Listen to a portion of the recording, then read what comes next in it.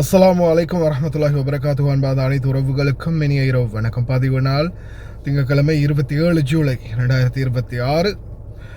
அன்பார்ந்த உறவுகளே, இப்போ ரீசெண்டாக இப்போ கொஞ்சம் நேரத்துக்கு முன்னாடி ஒரு வீடியோ போட்டேன், பத்தாக மதனியா சம்மந்தப்பட்ட வீடியோ. அது வந்து நம்மளுடைய 2வது சேனல் சர்ஃபான் BA Vlog 2ல் வந்து சிங்கள வீடியோ தவறுதல் அப்லோட் ஆகிட்டு அதை மாற்றி நான் திருப்பி அப்லோட் பண்ணினேன். சாரி. அன்பார்ந்த உறவுகளே, மிக முக்கியமான சில தகவல்கள். அதில் முதலாவது பார்த்தீங்கன்னா, குவைத் அவசர எச்சரிக்கை விடுத்திருக்கிறாங்க. இது வந்து தூசி இல்லை, இது அதுக்கும் மேலே அப்படின்னு சொல்லக்கூடிய மாதிரி பவுடர் டஸ்ட், வந்து உண்மையான டஸ்ட் இதுதான் அப்படின்னு சொல்லக்கூடிய அளவுக்கு இருக்குது. அதாவது நீங்கள் பார்த்துருப்பீங்க, புழுதிக்காற்று வரும். புழுதிக்காற்று வந்து இந்த பாலைவன மணல், மிருதுவான மணல். ஆனால் இது வந்து மணல் கிடையாது, தனி அப்படியோ பவுடர் தான், டஸ்ட்டு. இதுக்கு பேர் தான்டா டஸ்ட்டு அப்படின்னு சொல்கிற மாதிரி இருக்குது. ரொம்ப கவனம். வெளியில் சுவாசிக்கவே முடியலை. இப்போ கொஞ்சம் நேரம் குபுஸ் கடையில் போய் நின்று அந்த குபுஸை வாங்கிட்டு வாரத்துக்கு இடையிலே அந்த எனக்கு வந்து அந்த தூசியோ அல்லது அந்த டஸ்ட்டு போனாலோ இந்த இடமெல்லாம் அப்படியே அரிக்க ஆரம்பிச்சிடும், உள்ள சுவாசத்துக்கு உள்ள அந்த நிலைமை வந்து ஆரம்பிச்சிருக்குது. ஒவ்வொருத்தருக்கும் ஒரு மாதிரி இருக்குது அலர்ஜிக்கு இந்த டஸ்ட்டால். தயவு செய்து கவனமாக இருங்க.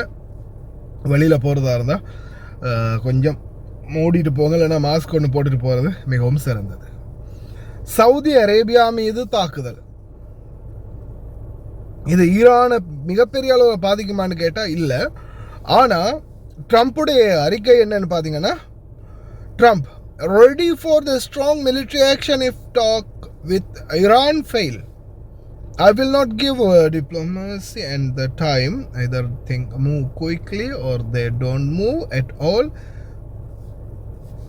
It's a heavy military action. அதாவது அவங்களுக்கு வந்து குறிப்பிட்ட நேரம் தான் கொடுத்துருக்கிறோம், அதுக்குள்ள அவங்களுடைய சரியான பதில் அவங்க கொடுக்கலன்னா உடனடியாக மிகவும் மோசமான ரொம்ப அழுத்தமான ஒரு தாக்குதலை நடத்துவோம் அப்படின்னு தெரிவிச்சிருக்கிறாங்க. ஆனால் இந்த சூழலில் சவுதி அரேபியாவுக்கு ஈரான் தாக்கியது அப்படின்ற மாதிரியான சில தலைப்புகள் வந்து வெளியாகி இருக்குது. ஆனால் இதில் ஒரு விடயத்தை நல்லா புரிஞ்சுக்கோங்க. இதுக்கு வந்து சவுதி அரேபியாவுடைய ரியாத்தில் இருக்கக்கூடிய எண்ணெய் வளங்களை வந்து தாக்கி இருக்கிறது ஈராக்கில் இருந்து போன ட்ரோன்கள் அப்படின்றது வெட்ட வெளிச்சமாக தெரிய வந்திருக்குது. காரணம் என்ன சொல்கிறாங்கன்னா, இதுக்கு வந்து ஹவுதிகளுக்கு இடையேயான சவுதி சண்டை, ஹவுதிகளுக்கு ஆதரவான ஈராக்கில் இருக்கக்கூடிய ஈரானுக்கும் ஆதரவான ஒரு குழு. சரியா?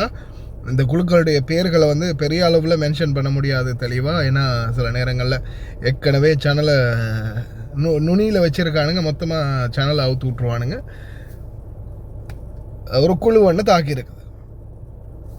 ஆனால் இது வரக்கூடிய அனைத்து செய்திகளும் எப்படி இருக்குதுன்னா, இப்போ கூட ஒரு செய்தி பார்த்தேன், the state of Kuwait condemns and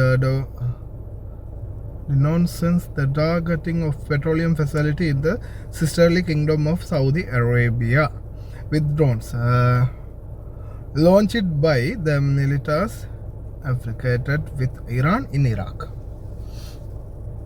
இது ஈரானுக்கு ஆதரவான ஈராக்கு குழு தாக்கி இருக்குது அப்படின்றது தான் இவங்க டிக்ளேர் பண்ணுறாங்க. ஆனால் சில தகவல்கள் அந்த உள்ளூர் வட்டாரங்கள் இருக்கல, அவங்களுடைய தகவல் படி அவங்க என்ன சொல்கிறாங்கன்னா, இது வந்து ஹவுதிகளுக்கு ஆதரவாக சவுதி அரேபியாவுக்கு தாக்குதல் தான் அப்படின்னு. அதாவது இதுக்கு ஈரானுக்கும் சம்மந்தம் இல்லை, இது வந்து ஹூதிகளுக்கு இடையே சவுதி அரேபியா பிரச்சனை இப்போ ரீசெண்டாக போச்சு, உங்களுக்கு தெரியும்.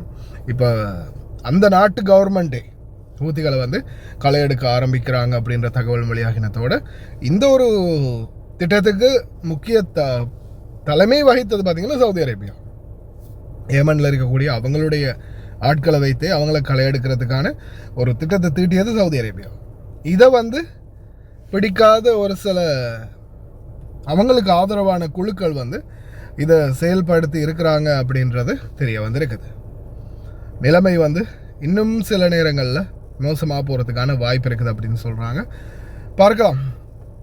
முடிந்த வரைக்கும் கவனமாக இருப்போம், பிரார்த்தனை பண்ணுவோம். என்னதான் நடக்குது அப்படின்றது பொறுத்திருந்து பார்ப்போம். முக்கியமாக வெளியில் போகிறீங்களா இருந்தால் கவனம், தூசி ரொம்ப அதிகமாக இருக்குது. ஈரானுக்கு கொடுத்திருக்கக்கூடிய காலக்கெடு இந்த வார இறுதி தான். பார்க்கலாம் இந்த வார இறுதிக்குள்ளே என்ன மாதிரியான தீர்மானங்கள் எடுக்கிறாங்களா இல்லை மறுபடியும் ஆரம்பிக்கிறாங்களான்றது பொறுத்தது பார்ப்போம்.